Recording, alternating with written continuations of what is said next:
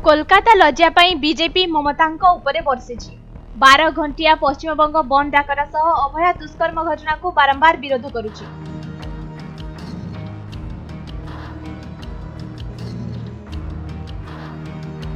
केवल यही घटना नुहे, एमिति प्राय समस्त मामलारे विरोधी दल भितरे झगड़ा लगी थाए। प्राय समय नेता माने परस्पर को टार्गेट करती, उभय परस्पर दोष को काढ़ा लगी पड़ती। तेबे निकटरे अमित शाह पुआ जय शाह को अंतर्जातीय क्रिकेट परिषद बा आईसीसी रो चेयरमैन भावे नियुक्ति करा जायछि।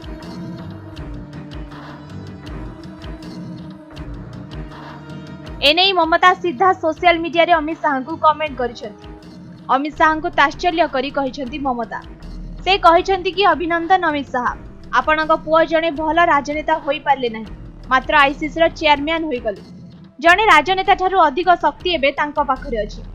आपणक पुअर ही सफलता पाई मु आपणक शुभेच्छा जणाउछि। सेपटे अनेक ममतांकर ही पोस्ट रे कमेंट करबा आरंभ करिसेंती। केही कहिसेंती कि आपण अमित शाह को शुभेच्छा देउछंती ना तांको आक्षेप करूछंती।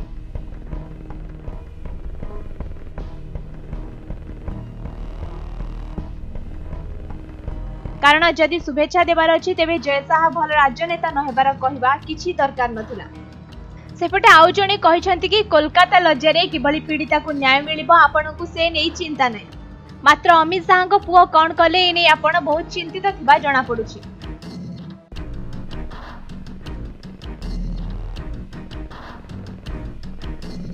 एपटे बीजेपी नेता ममतांक संपर्कियंक पेड़ी खोलिछंती। बीजेपी नेता शुभेंदु अधिकारी ममतांक कड़ा जवाब देछंती। से कहिछंती कि पश्चिम बंगर असफल मुख्यमंत्री, गृहमंत्री और असफल स्वास्थ्य मंत्री को मोर शुभेच्छा।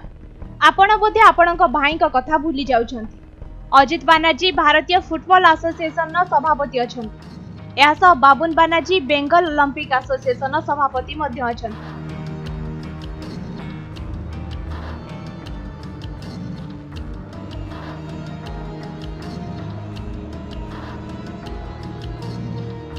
केवल सेतिकी नुहे, पश्चिमबंग हॉकी एसोसिएशन सभापति भावे ममतांक भाई मध्य नियोजित अछंती।